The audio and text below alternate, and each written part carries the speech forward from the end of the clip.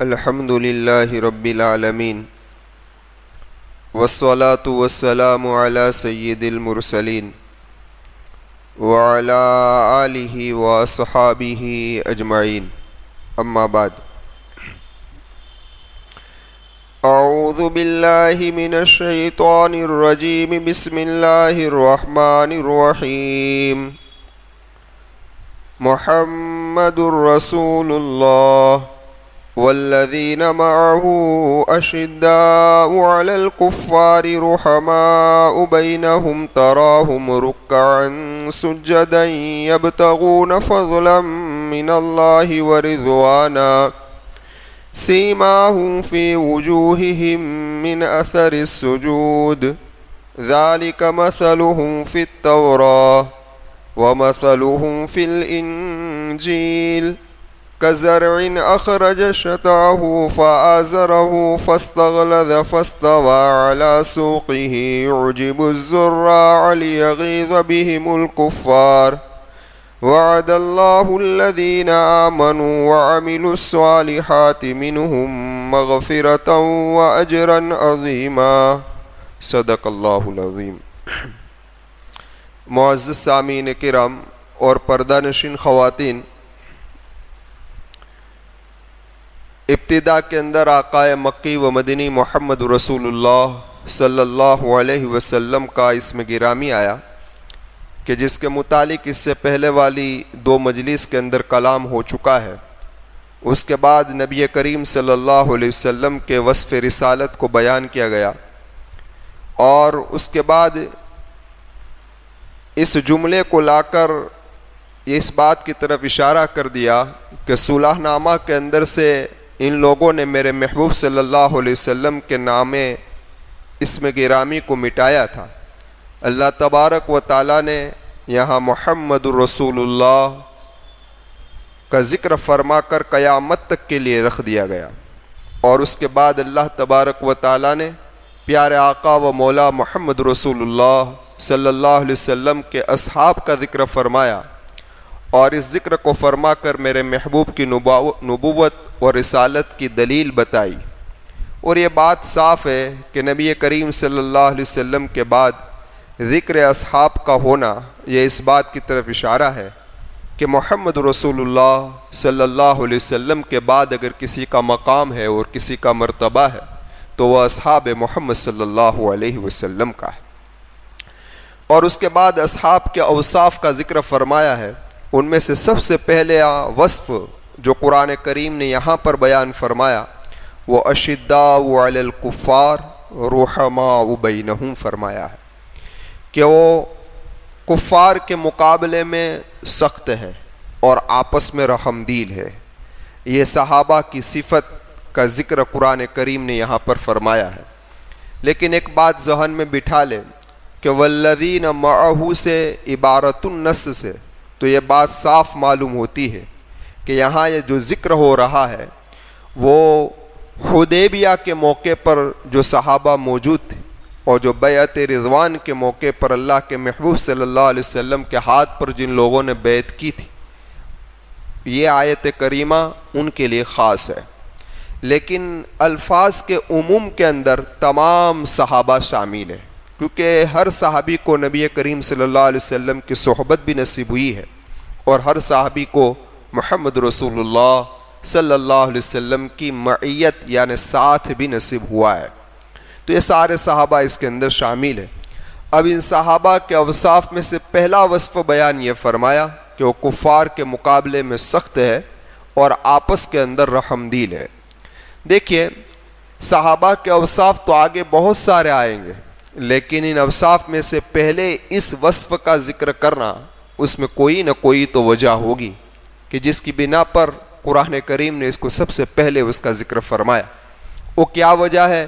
علماء فرماتے ہیں کہ صحابہ کسی سے محبت کرتے تھے یا کسی سے عداوت کرتے تھے، تو عداوت یعنی دشمنی کرتے تھے، تو ان کی محبت و دشمنی اپنے نفس کے لیے نہیں ہوا کرتی تھی، بلکہ صحابہ کی محبت اور صحابہ کی دشمنی کسی سے کر لینا یا کسی سے محبت کر لینا وہ اللہ اور اللہ کے رسول صلی اللہ علیہ وسلم کی مرضی کے مطابق ہوا کرتی تھی۔ سمجھ میں آئی بات؟ اور یہی چیز کمال ایمان کا اعلیٰ مقام ہے۔ اسی لیے صحیح بخاری شریف کی روایت کا خلاصہ یہ ہے، من احب للہ و ابغض للہ فقد استکمل الایمان، کہ جو آدمی اللہ کے لیے کسی سے محبت کرے اور اللہ ہی کے لیے کسی سے دشمنی کرے تو اس کا ایمان کیا ہے بھائی؟ مکمل ہے۔ تو صحابہ جہاں اللہ فرماتا ہے کہ یہاں گرم تو وہاں وہ گرم رہتے تھے، جہاں اللہ فرماتا تھا کہ یہاں نرم تو وہاں نرم رہا کرتے تھے۔ یہ آپ کا ایک خاص وصف تھا صحابہ کرام رضوان اللہ تعالی علیہ مجمعین کا۔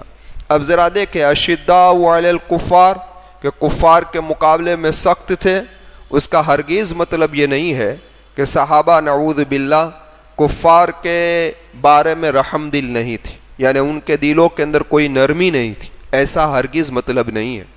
یہ تو قرآن کریم کے ان الفاظ کے ظاہر پر دیکھ کر لوگ اعتراض کریں تو یہ ان کی بے وقوفی ہے۔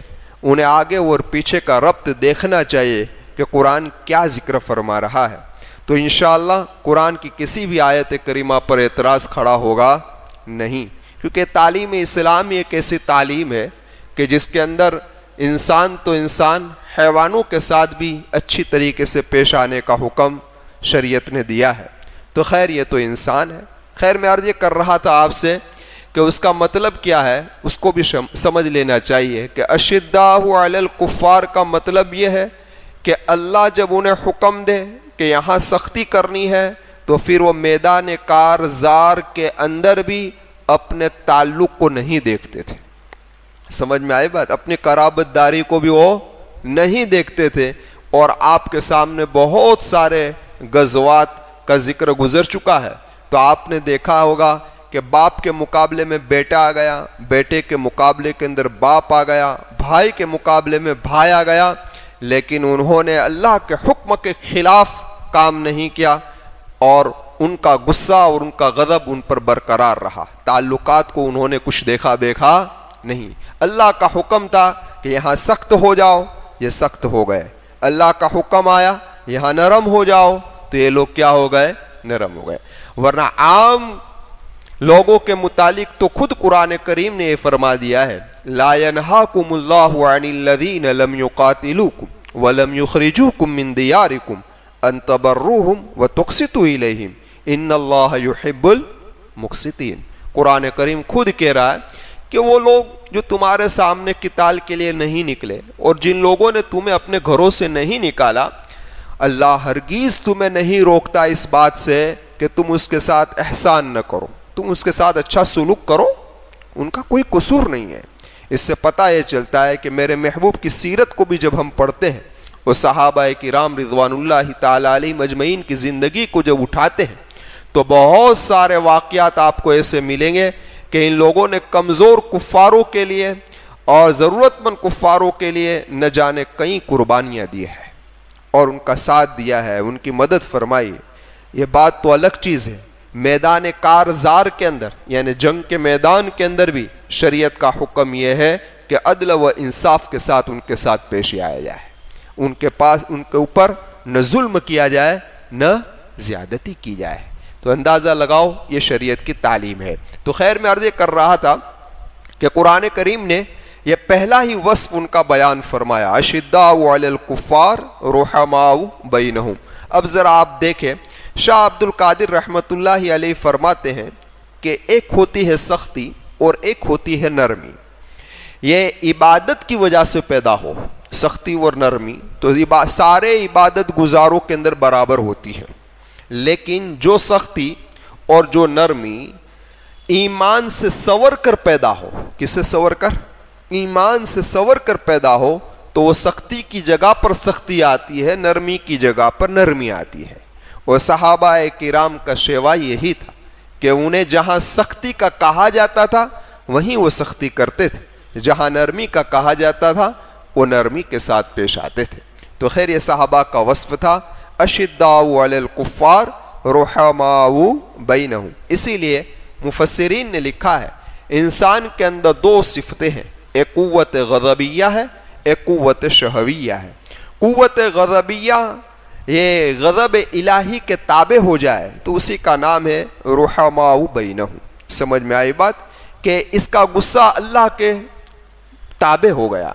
اور صفت شہویہ رحمت الہی کے تابع ہو جائے تو اسی کا نام ہے اشداء علی الکفار. سمجھ میں آئی بات؟ اشداء علی الکفار. میں نے الٹا کہہ دیا شاید. سمجھ میں آئی بات؟ خیر، تو میں عرض یہ کر رہا تھا کہ وہ حالت غضب میں بھی اور حالت شہوت میں بھی ان کا غصہ، ان کا نرم ہونا، یہ سب اللہ کے تابع ہوا کرتا تھا. خیر، میں عرض یہ کر رہا تھا کہ قرآن کریم نے فرمایا کہ کفاروں کے مقابلے میں سخت ہے اور آپس میں کیا ہے؟ نرم. اور ہمارا معاملہ کیا ہے؟ الٹا ہے. ہمارا معاملہ کیا ہے؟ آپس میں کیا ہے بھائی؟ ہم سخت ہو گئے اور دشمنوں کے مقابلے میں ہم کیا ہو گئے؟ نرم ہو گئے. بالکل ہم پلٹ گئے. اللہ میری اور آپ کی اس سے حفاظت فرمائے.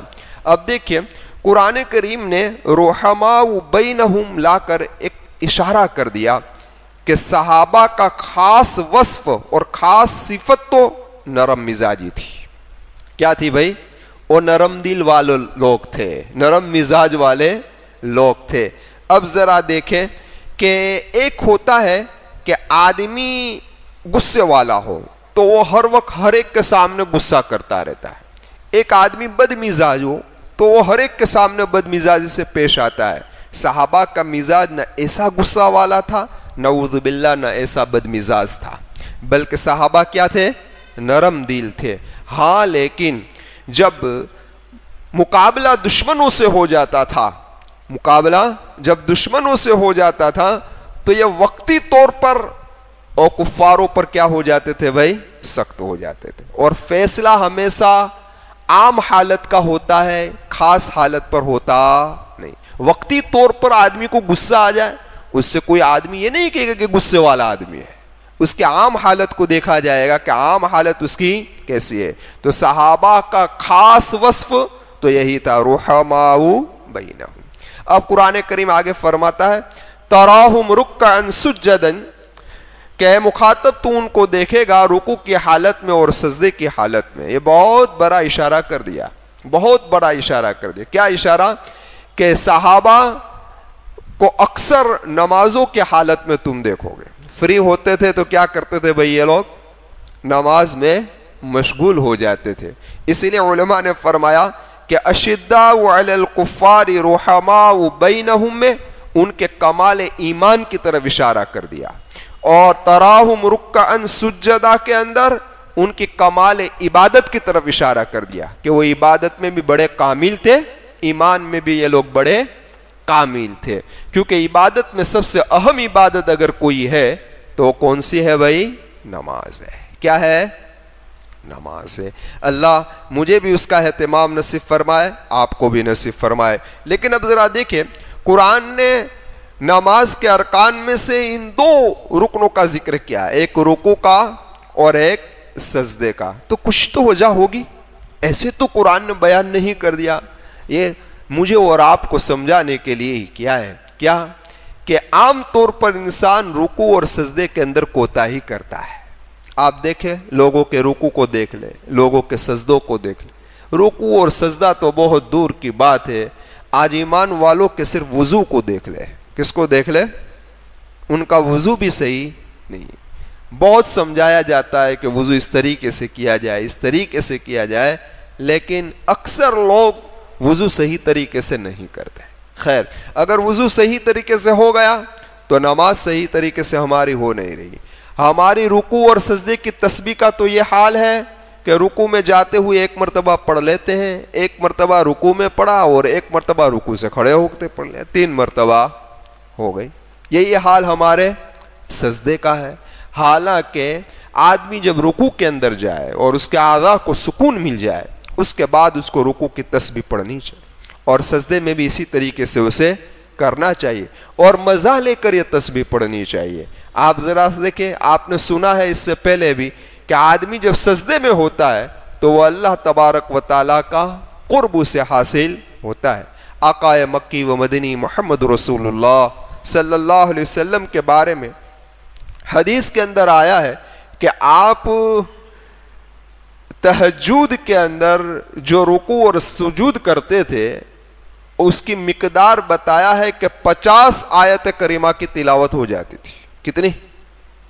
50 آیت کریمہ پڑھی جائے اتنا لمبا آپ کا رکوع ہوتا تھا, اتنا لمبا آپ کا سجدہ ہوتا تھا.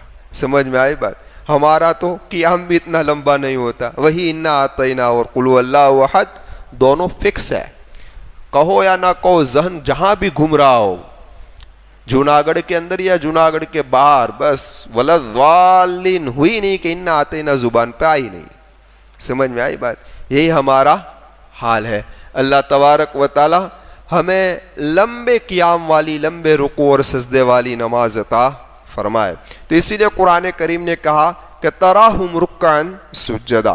اب کمال ایمان کا ذکر ہوا, کمال عمل کا ذکر ہوا, اب کمال اخلاص اور عرفان کا ذکر ہو رہا ہے. اور فرمایا کہ یبتغون فضلا من اللہ ورضوانا, کہ یہ لوگ اللہ کے فضل کے اور اس کی خوشنودی کے طلبگار ہے. سمجھ میں آئے بات؟ یعنی ان کی ساری عبادتیں کس کے لیے ہیں؟ کمال اخلاص والے. تو قرآن کریم نے ان کی عبادت کا حال بھی بیان کر دیا, یہ ظاہری حال تھا, اور ان کے دل کے اخلاص کا حال بھی بیان فرما دیا کہ لوگ بڑے مخلص تھے. ان کا ظاہر اور باطن دونوں یکساں تھا. کیسا تھا؟ ظاہر اور باطن دونوں برابر تھا. یہ قرآن کریم نے اس کا ذکر فرما دیا.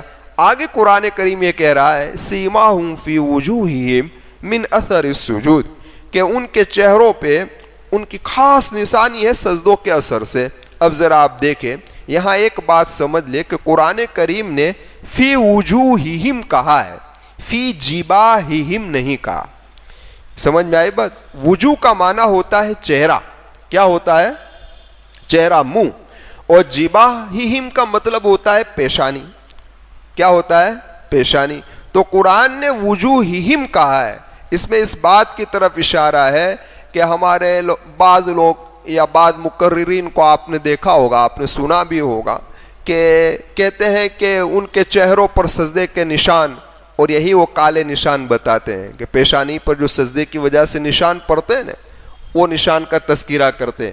قرآن کریم نے اس نشان کا ذکر یہاں پر نہیں فرمایا ہے, بالکل نہیں, اس نشان کا ذکر نہیں ہے. اگر اس نشان کا ذکر ہوتا تو قرآن کریم فی وجوہہم کی جگہ پر فی جباہہم کہتا. کیا کہتا؟ فی جباہہم فرماتا. اس سے پتہ یہ چلا کہ یہاں جو تذکرہ ہے وہ اس بات کا ہے کہ نماز کی بنا پر ان کے چہرے بارونق تھے. کیا تھے بھائی؟ بارونق چہرے والے تھے. ہاں, ان کے چہرے چمک, کیسے چمک والے تھے؟ اور یہ تو صاف ہے, میرے آقا کی حدیث بھی ہے, ابن ماجہ کی روایت کا خلاصہ ہے کہ جو آدمی رات میں کثرت سے نماز پڑھے گا دین کے اندر اس کا چہرہ نورانی معلوم ہوگا. اس سے علماء نے لکھا ہے کہ چہرے پر نور کا آنا اور بارونق بننا اس میں تہجد کی نماز کو خاص دخل ہے. کس کی نماز کو؟ تہجد کی نماز کو. کہ جو آدمی تہجد کا اہتمام کرے گا اللہ اس کے چہرے کو دین کے اندر کیا فرمائیں گے؟ نورانی چہرہ. اور صحابہ کرام رضوان اللہ تعالی علیہ مجمعین کے بارے میں لکھا ہے کہ ان کی چلن ہلن سے, متقیانہ چال و ڈھال سے, اور ان کے چہرے سے پہچانے جاتے تھے کہ صحابی رسول ہے. شاہ صاحب نے تو لکھا ہے کہ اگر کسی مجمع میں صحابی بیٹھا ہوا ہوتا تھا تو چہرے کے نور سے پہچانا جاتا تھا کہ صحابی رسول ہے. ان کے چہروں پر ایسا نور چمکتا تھا. اسی لیے اللہ والے لکھتے ہیں کہ نیکی کی وجہ سے دل میں نور پیدا ہوتا ہے, چہرے پہ رونق آتی ہے, اور رزق کے اندر برکتیں پیدا ہوتی ہیں. یہ کس کا اثر ہوتا ہے بھائی؟ نیکی کا. اور شاہ صاحب نے لکھا ہے, یا امام مالک رحمت اللہ علیہ نے غالباً فرمایا ہے, امام مالک رحمت اللہ علیہ فرماتے ہیں کہ صحابہ کے چہرے ایسے بارونق تھے کہ کوئی انہیں دیکھتا تو ان کے چہرے سے پہچانتا تھا کہ کوئی برگزیدہ بندے ہیں, اللہ والے لوگ ہیں. کون ہے بھائی؟ اللہ والے. اور یہاں تک لکھا کہ جب صحابہ ملک شام گئے نا تو نصارہ نے جب ان صحابہ کو دیکھا تو دیکھ کر رستے کو کھول دیا اور کہنے لگے کہ یہ تو حضرت عیسیٰ علیہ السلام کے حواریوں سے بھی زیادہ بہتر لوگ ہیں۔ تو یہ صحابہ تھے، ان کے چہرے نورانی تھے، بارونق تھے، کیونکہ ان کی راتیں اللہ کے سامنے عبادت کے اندر گزرتی تھی۔ آج میری اور آپ کی راتیں کہاں گزر رہی ہے وہ ہم ہی جانتے ہیں۔ اللہ سے دعا کرتے ہیں اللہ ہمیں بھی تہجد گزار بنا دے، رات کے آخری حصے میں اٹھنے والا بنا دے اور اللہ سے مانگنے والا بنا دے۔ تو خیر یہ ان کی ایک وصف تھا جو قرآن کریم نے بیان فرمایا۔ من اثر السجود، سجدے کا ذکر فرمایا، اور مراد نماز ہے کہ نماز کا اثر ان کے چہروں پر ہوتا تھا، لیکن قرآن نے من اثر الصلاۃ نہیں کہا، سجود کہا۔ یہ اشارہ کر دیا کہ سجدہ نماز کا اہم رکن ہے۔ کیا رکن ہے؟ خاص ہے۔ اس کی اہمیت کو بیان کرنے کے لیے قرآن نے خاص طور پر سجدے کا ذکر کیا۔ لیکن آج ہمارا سجدہ کیسا ہے وہ ہم ہی جانتے ہیں نا، وہ ہم ہی جانتے ہیں۔ اس لیے اللہ والے تو جب سجدے میں جاتے تھے تو وہ سجدے میں ہی پڑے رہتے تھے، کہ ان کو تو لطف آتا تھا، مزہ آتا تھا، ہمیں تو مزہ بھی آتا نہیں ہے، اس لیے ہم تو فوراً سجدے سے کھڑے ہو جاتے ہیں۔ خیر ذالک مثلہم فی التوراۃ، قرآن کریم فرماتا ہے کہ یہ ان کی مثال تورات میں ہے۔ دیکھو یہاں پر وقف ہے اور راجے قول بھی یہی ہے۔ وقف مانا ٹھہرنا، راجے قول بھی یہی ہے۔ 3 قول ہے، میں 3 قول بیان نہیں کروں گا، راجے قول آپ کے سامنے ذکر کر دیتا ہوں کہ راجے قول یہی ہے کہ صحابہ کے چہرے کے بارونق ہونے کا جو حال ہے وہ تورات کے اندر مذکور ہے۔ کس میں ہے؟ تورات کے اندر اس کا ذکر موجود ہے۔ اب موجودہ تورات جو ہے وہ تو صحیح سالم رہی نہیں ہے، تحریف والی ہے، تو ہمیں اس میں دیکھنے جانے کی ضرورت ہے نہیں۔ ہمارے لیے قرآن نے کہہ دیا یہ کافی ہے کہ بس ان کی مثال تورات میں یہ موجود ہے۔ آگے قرآن یہ کہتا ہے وَمَثَلُهُمْ فِي الْإِنْجِيلِ، اور ان کی مثال انجیل میں بھی ہے۔ تو دیکھیے یہ الگ موضوع ہے، اس کا تعلق آگے سے ہے، كَزَرْعٍ أَخْرَجَ سے ہے۔ سمجھ میں آئی بات؟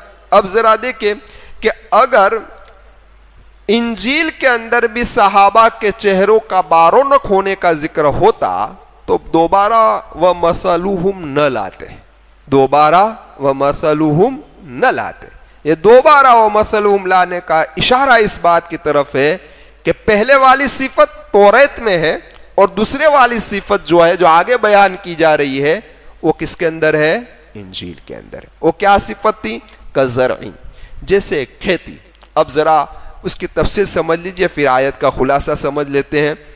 قرآن کریم نے یہاں جو بیان فرمایا نا پوری آیت کزرعین اخرج سے لے کر یہاں علی سوقہ یعجب الزراع لیغیظ بہم الکفار، وہاں تک اس کا خلاصہ سمجھ لیجئے۔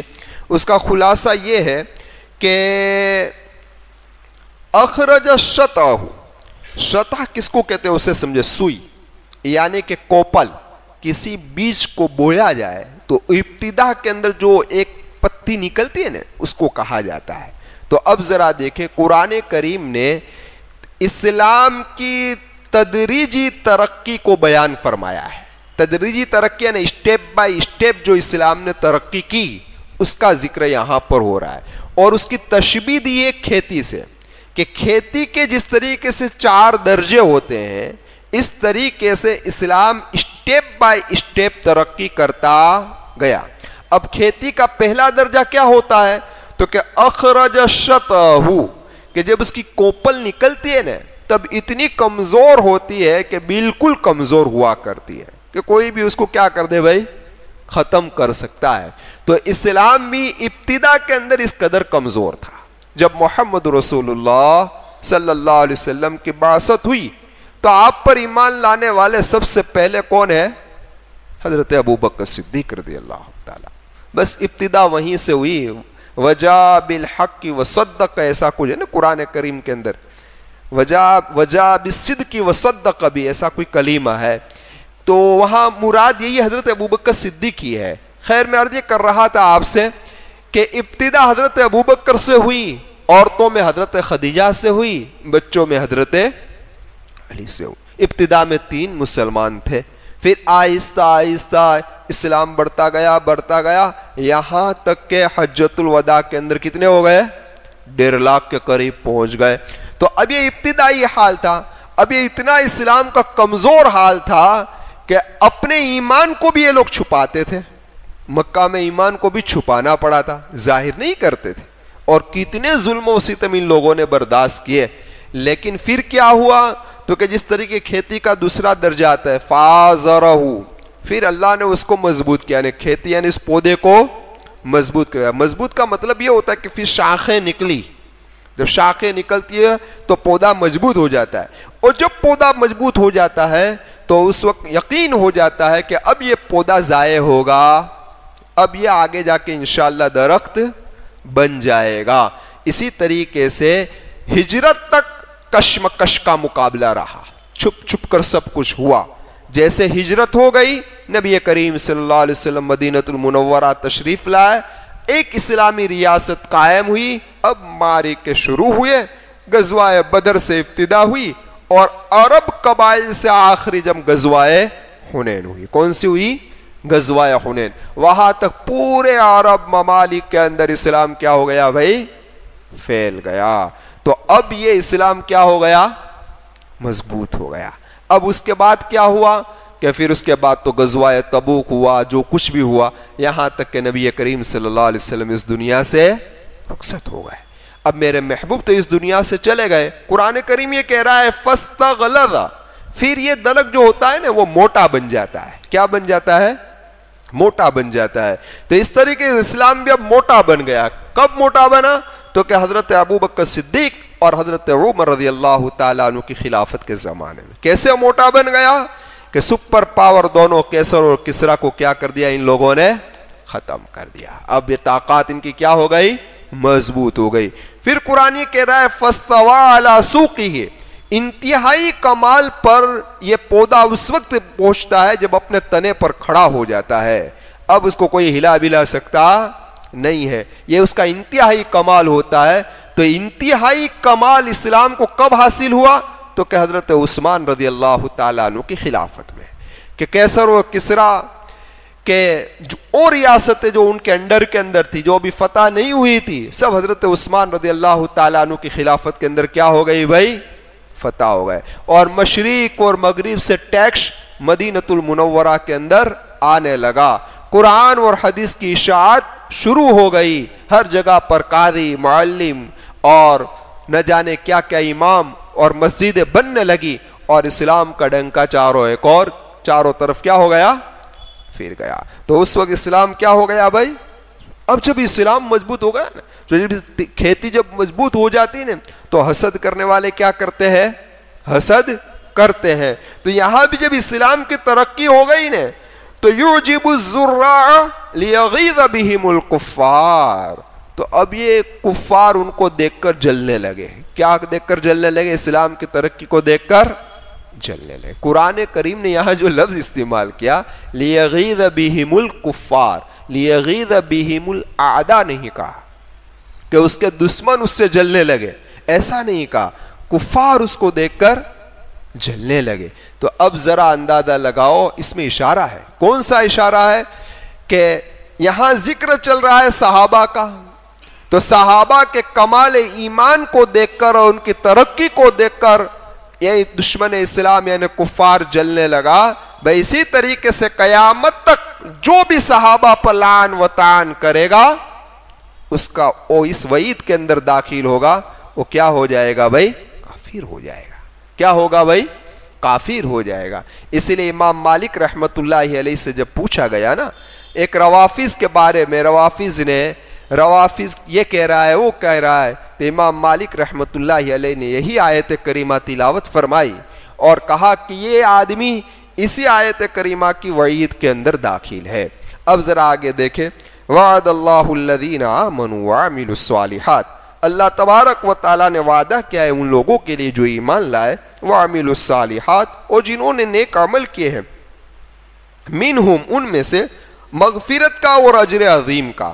یعنی اب یہاں پر بحث ہے, یہ علماء کے قابل ہے, آپ لوگ تو نہیں سمجھیں گے یہ مین تبعیضیہ ہے کہ مین بیانیہ ہے.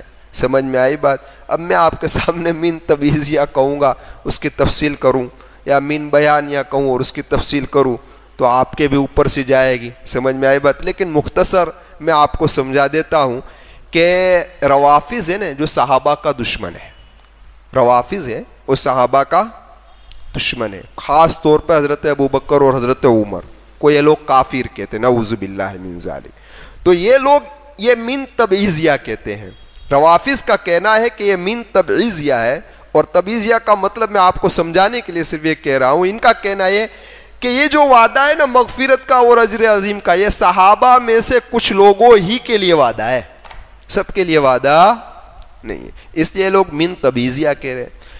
اور مفسرین کی بڑی جماعت اس کو من بیانیہ کہہ رہی ہے۔ من بیانیہ کا مطلب یہ ہے کہ بھائی سارے صحابہ اس کے اندر شامل ہو جائے، یعنی کہ ہم سے مراد آمنوا وعملوا الصالحات، جو لوگ بھی ایمان لائے اور اچھے عمل کیے وہ سارے کے سارے کیا اس کے اندر شامل ہے۔ تو ان کا کہنا ہے کہ یہ من بیانیہ ہے، من تبعیضیہ ہے نہیں۔ لیکن فقیہ العصر حضرت اقدس مفتی سعید صاحب پالن پوری نور اللہ مرقدہ نے ایک بات کہی ہے، وہ بھی آپ حضرات کے سامنے آخر کے اندر پیش کر دوں۔ حضرت فرماتے ہیں کہ ان روافض کے بیہودہ کیا کہتے ہیں بیہودہ بکواس کے بنا پر اس مین کو من بیانیہ کہا ہے مفسرین نے، لیکن مین کے بعد ضمیر آئی ہے اور مین بیانیہ کے بعد ضمیر آتی نہیں ہے، من بیانیہ کے بعد ضمیر نہیں آتی۔ سمجھ میں آئی بات؟ اب سمجھئے حضرت فرماتے کہ یہ من تبعیضیہ ہی ہے، کیا ہے؟ من تبعیضیہ ہی ہے، اور منہم لا کر قرآن کریم نے اس حدیبیہ کے موقع پر جو منافقین تھے اس کو بعد کر دیا، جیسے جود بن قیس یہ منافق تھا، برابر ہے، اور اللہ کے محبوب نے جب بیعت کا اعلان کیا تو آپ کے سامنے واقعہ گزرا ہے، اونٹ کے پیچھے چھپ گیا تھا، اللہ کے محبوب پر ہاتھ پر بیعت کرنے کے لیے نہیں آیا تھا۔ تو ان منافقین کو نکالنے کے لیے قرآن کریم نے منہم کہا۔ اب بات ہو گئی، آخر میں حضرت فرماتے واللہ عالم، اللہ زیادہ جاننے والا ہے، ہم بھی کہتے ہیں کہ واللہ عالم، اللہ زیادہ جاننے والا ہے۔ یہ تو مفسرین کے اقوال تھے جو آپ حضرات کے سامنے بیان فرما دیے، تفصیل جس کو دیکھنی وہ تفسیر میں دیکھ لے، آپ تو دیکھیں گے نہیں، یہ تو دو علماء بیٹھے ہیں اس لیے میں آپ سے کہہ رہا ہوں، ورنہ آپ تو ابھی جا کے سو جائیں گے۔ خیر، مغفرتاً اللہ تبارک و تعالیٰ نے مغفرت کا وعدہ کیا ہے اور اجر عظیم کا، یعنی ان کے اعمال اور ایمان اور اعمال صالحہ کے بنا پر بشری تقاضے پر اگر ان سے کوئی خطا ہو گئی ہوگی تو اللہ اسے کیا کر دے گا؟ معاف کر دے گا، اور آخرت کے اندر اللہ تبارک و تعالیٰ انہیں اجر عظیم عطا فرمائے گا۔ اللہ تبارک و تعالیٰ نے یہ سورہ فتح مکمل فرمائی، اللہ اسے قبول فرما لے۔ دیکھیے یہ سورہ فتح، فتح کا معنی کیا ہے بھائی؟ کامیابی۔ فتح کا معنی کیا ہے؟ کامیابی۔ اور میرے آقا کا فرمان ہے نیک فال لیا کرو، تو ہم بھی نیک فال لیتے ہیں۔ اللہ مجھے بھی آپ کو بھی دنیا میں کامیاب فرمائے، اللہ موت کے وقت بھی کامیاب فرمائے، موت کے بعد عالم برزخ میں بھی کامیاب فرمائے، میدان محشر میں بھی کامیاب فرمائے، اور اسی کامیابی کے ساتھ اللہ مجھے اور آپ کو، میرے والدین کے، آپ کے والدین کے، اور تمام امت کو جنت الفردوس کے اندر داخل فرمائے۔ سورہ فتح مکمل ہوئی، اللہ اسے قبول کر لے۔ اب سورہ حجرات ہماری چھٹی ہوئی ہے، آپ حضرات جانتے ہیں کہ سورہ حجرات ہماری باقی کہاں سے چھٹی ہے، مجھے کلپ بھیج دینا آخری سورہ حجرات کی تو میں دیکھ لوں گا۔ تو انشاءاللہ جو سورہ حجرات ہماری جہاں سے باقی ہے، آئندہ منگل کو انشاءاللہ سورہ حجرات کو شروع کریں گے۔ 5 منٹ یا 6 منٹ دعا کر لیتے ہیں سورج جب مکمل ہوئی ہے تو۔ اللہم لک الحمد شکرا ولک المن فضلہ، اللہم لک الحمد کما انت اہل، فصلی وسلم علی محمد کما انت اہل، وافعل بنا کما انت اہل، فإنک اہل التقوی واہل المغفرہ، یا احد الصمد الذی لم یلد ولم یولد ولم یکن لہ کفوا احد، یا اول الاولین ویا آخر الآخرین، یا ذی القوة المتین، یا راحم المساکین، یا ارحم الراحمین۔ اللہم انی اسألک بأن لک الحمد لا الہ الا انت، یا حنان یا منان، یا بدیع السماوات والارض، یا ذی الجلال والاکرام، یا حی یا قیوم برحمتک استغیث، یا حی یا قیوم برحمتک نستغیث۔ اے اللہ، تیرے سوا کوئی معبود نہیں ہے، آپ ہی معبود حقیقی ہے۔ اور آپ کی ذات پاک ہے، ہم نے اپنے جانوں پر ظلم کیا ہے، اے اللہ تو ہمیں معاف فرما دے۔ ہم نے اپنے نفسوں پر، اپنی جانوں پر، ہم نے ہر عضو پر ظلم کیا ہے، اے اللہ تو ہمیں معاف کر دے۔ اگر آپ نے ہماری مغفرت نہیں فرمائی اور ہم پر رحم نہیں کیا تو ہم ہلاک ہو جائیں گے، ہم برباد ہو جائیں گے۔ اے اللہ ہماری ہلاکت سے ہماری حفاظت فرما لے۔ اے اللہ آپ ہمارے گناہوں کو معاف فرما دے، اور خاص طور پر اے اللہ ہم ان نعمتوں سے استغفار کرتے ہیں جو نعمت آپ نے ہمیں عطا فرمائی اور ہم نے ان نعمتوں کو تیری نافرمانی کے اندر استعمال کیا۔ اے اللہ ہمارا یہ ظلم عظیم تھا، آپ اسے معاف فرما دیجئے۔ اے اللہ ہمارے سارے گناہوں کو معاف فرما دیجئے، صغیرہ کبیرہ، جہاں چھپ کر کے ہیں، اکیلے میں کیے ہیں، خلوت میں کیے ہیں، جلوت میں کیے ہیں، جہاں کیے ہیں، اے اللہ ان سارے گناہوں کو اپنے رحم سے، اپنے کرم سے معاف فرما دیجئے۔ آپ کریم ہے، آپ کرم کا معاملہ فرما دیجئے۔ آپ رحیم ہے، آپ رحم کا معاملہ فرما دیجئے۔ اعمال نامے سے بھی ہمارے گناہوں کو مٹا کر اے اللہ جتنے ہمارے گناہ ہیں ہمارے سیئات کو حسنات سے تبدیل فرما دیجئے، اور میدان محشر میں جب اعمال نامہ پیش کیا جائے تو کوئی گناہ ہمارے اعمال نامہ میں نہ ہو، ایسی شکل و صورت پیدا فرما دیجئے۔ اے اللہ آپ نے عزت دی ہے، عزت کے ساتھ ہمیں جلائے رکھنا۔ اے اللہ عزت کے بعد ذلتی نہ دینا، اے اللہ عزت کے بعد ذلتی نہ دینا۔ اے اللہ آپ جسے چاہتے ہیں عزت دیتے ہیں، آپ جسے چاہتے ہیں ذلیل کرتے ہیں۔ اے میرے رحیم و کریم مولا، آپ ہی کی دین ہے جو کچھ آپ نے ہمیں عطا فرمایا ہے، اے اللہ اسے ہمیں قدر کرنے کی توفیق عطا فرما دے۔ اے اللہ تیری معرفت دے دے، تیری رضا دے دے، طہارت دے دے، تقویٰ دے دے، پاکیزگی دے دے، اور ہمارے دلوں کے اندر اخلاص دے دے، ہمارے اخلاق بہتر کر دے، برے اخلاق سے ہماری حفاظت فرما لے۔ اور اے اللہ جتنی باطن کی بیماریاں حسد، ریا، بغض، عداوت، کبر، عجب، یہ ساری بیماریوں کو اے اللہ تو ہمارے دلوں سے نکال دے اور ہمارے دل کو بالکل پاک و صاف کر دے۔ اے اللہ ایسا دل بنا دے جو تجھے پسند آ جائے، اور ایسا ہمیں بنا دے کہ تجھے پسند آ جائے۔ ایسے ہمیں ہمارا ظاہر بھی بنا دے، ایسا ہمارا باطن بھی بنا دے۔ اے میرے رحیم و کریم مولا، تو ہم تمام کی مغفرت کر دے، اور اے اللہ ہمارے مرحومین کی مغفرت کر دے، ہمارے زندوں کی مغفرت کر دے۔ اے اللہ یہ جو سورت تلاوت کی گئی اور اس کی تفسیر اے اللہ پیش کی گئی، اس میں جتنی بھی کوتاہیاں ہوئی ہے، اور یہ اللہ میری زبان سے کوئی غلط کلام نکلا ہو تو قیامت کے میدان میں میری پکڑ نہ کرنا، مجھے معاف کر دینا، مجھے معاف کر دینا، مجھے معاف کر دینا۔ اور اے اللہ جن مصنفین اور جن مؤلفین اور جن علماء کرام کی کتابوں سے میں نے فائدہ اٹھایا ہے اور ان لوگوں کے سامنے اس صورت کی تشریح کو میں نے پیش کیا ہے، ان سارے علماء جو اگر حیات ہے تو ان کی عمر میں عافیت، عزت و صحت کے ساتھ برکت عطا فرما، اور جو اس دنیا سے رخصت ہو چکے ہیں ان کی قبروں کو نور سے منور فرما دے، جنت الفردوس میں انہیں اعلیٰ مقام عطا فرما دے۔ اور اے اللہ خصوصاً میرے اساتذہ کہ جن کی توجہ کی بنا پر میں یہاں پہنچا ہوں، اے میرے رحیم و کریم مولا ان اساتذاؤں میں جو حیات ہے ان کی عمر میں عافیت، عزت و صحت کے ساتھ برکتیں دے، اور اے اللہ جو اس دنیا سے رخصت ہو چکے ہیں ان کی قبروں کو نور سے منور کر دے، جنت الفردوس میں اعلیٰ مقام عطا فرما دے۔ اور خاص طور پر رات کی تنہائیوں میں، دین کے اجالوں میں اس ناچیز کو یہاں تک پہنچانے کے لیے میرے والدین نے جو دعائیں کی ہے اور جو محنتیں کی ہے، اے اللہ ان کی قبروں کو نور سے منور فرما دے، جنت الفردوس میں انہیں اعلیٰ مقام عطا فرما دے، کروٹ کروٹ پر انہیں راحت عطا فرما دے۔ اور اے اللہ یہ مجمع صرف نسبت قرآن کے بنا پر یہاں تفسیر سننے کے لیے آتا ہے، اور اے اللہ مائک کے ذریعے مستورات بھی پابندی سے سنتی ہے، اے اللہ ان تمام کی مغفرت کر دے، ان کے والدین کی مغفرت کر دے، ان کے قرابت داروں کی مغفرت کر دے، ان کے مرحومین کی مغفرت کر دے، ان کے زندوں کی مغفرت کر دے، ان کی جائز تمناؤں کو پوری فرما لے۔ اے اللہ امت مسلمہ حالات سے دوچار ہے، اے اللہ آپ کے سوا کوئی مددگار نہیں ہے، آپ ہماری مدد فرما دیجئے، آپ ہماری نصرت فرما دیجئے، ہماری مساجدوں کی حفاظت فرما لیجئے، ہمارے خانقاہوں کی حفاظت فرما لیجئے، ہمارے مدرسوں کی حفاظت فرما لیجئے، ہمارے مکتبوں کی حفاظت فرما لیجئے۔ اے اللہ ہماری مقدس جگہوں کی حفاظت فرما لیجئے۔ اے اللہ ہمارے مراکزوں کی حفاظت فرما لیجئے۔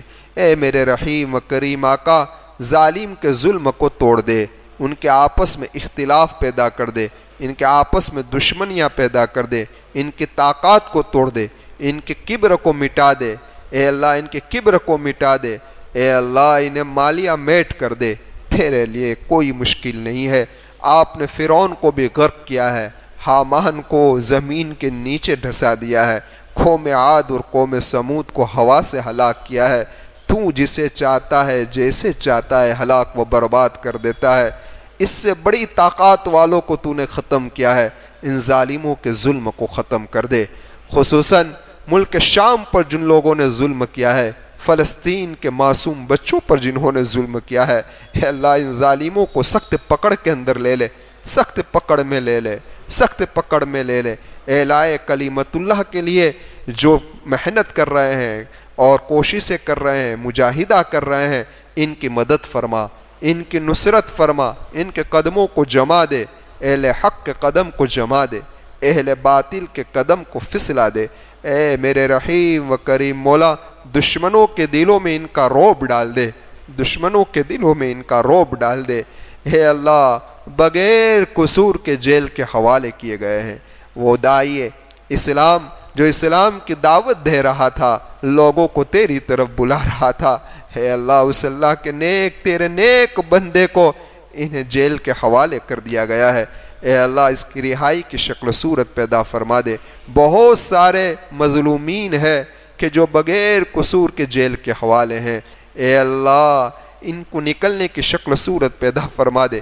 ان کے معصوم بچے، ان کی بیویاں، ان کے رشتہ دار گھروں کے اندر منتظر ہے۔ اے میرے رحیم و کریم مولا، ان کی رہائی کی شکل و صورت پیدا فرما دے۔ امت کے مریضوں کو شفا دے دے، بہت سارے پریشان ہیں، ان کی پریشانیوں کو دور کر دے۔ اور اے اللہ امت کا ایک بہت بڑا طبقہ قرضے میں پھنسا ہوا ہے، اے میرے اللہ اپنے رحم سے، اپنے کرم سے، اپنے فضل سے ان کو قرضوں سے نکال دے۔ اور اے اللہ مہنگائی آسمان کو چھو رہی ہے، معاشی اعتبار سے امت کا بڑا طبقہ پریشان ہے۔ اے اللہ کیا گھر پر لے جائے، گھر پر کیا لے جائے، کیا کھلائے اپنے بیوی اور بچوں کو، ان کی ضرورتوں کو کیسے پورا کرے، ہمیشہ فکر کے اندر انسان رہتا ہے۔ اے اللہ جو لوگ معاشی تنگی کے اندر ہے، ان کی معاشی تنگی کو دور کر دے، ان کی روزیوں میں برکت عطا فرما دے، ان کی روزیوں میں برکت عطا فرما دے۔ اے میرے رحیم و کریم مولا، جو کچھ کہا گیا اسے آپ قبول فرما لیجئے، قبول فرما لیجئے، میری بھی نجات کا ذریعہ بنا دیجئے، میرے والدین، میرے رشتہ دار اور ان سامعین یا سننے والے، ان کے رشتہ دار، ان کے والدین کی بھی نجات کا ذریعہ بنا دیجئے اور آپ اسے قبول فرما لیجئے۔ اے اللہ آپ نے اپنے رحم، اپنے کرم، اپنے فضل سے یہ درس قرآن اور درس حدیث کا شروع کیا ہے۔ اے میرے اللہ قیامت تک یہ سلسلہ جاری رہے، ایسی شکل و صورت پیدا فرما دیجئے۔ اے اللہ موت تو ہر ایک کو آنی ہے، ایک وقت آئے گا کہ ہمارا بھی جنازہ اٹھ جائے گا، لیکن یہ اللہ یہ درس قرآن بند نہ ہو، ایسی شکل و صورت پیدا فرما دیجئے۔ درس حدیث بند نہ ہو، ایسی شکل و صورت پیدا فرما دیجئے۔ یہ سلسلہ قیامت تک چلتا رہے، ایسی شکل و صورت پیدا فرما دیجئے۔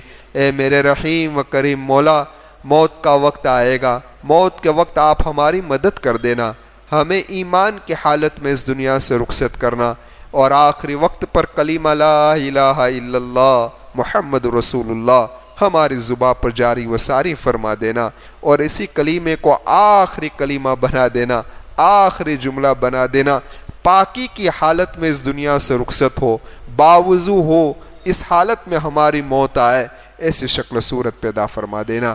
ان اللہ و ملائکتہ یصلون علی النبی یا ایھا الذین آمنوا صلوا علیہ وسلموا تسلیما اللہم صلی علی محمد کلما ذکرہ الذاکرون وصلی علی محمد کلما غفل عن ذکرہ الغافلون برحمتک یا رب۔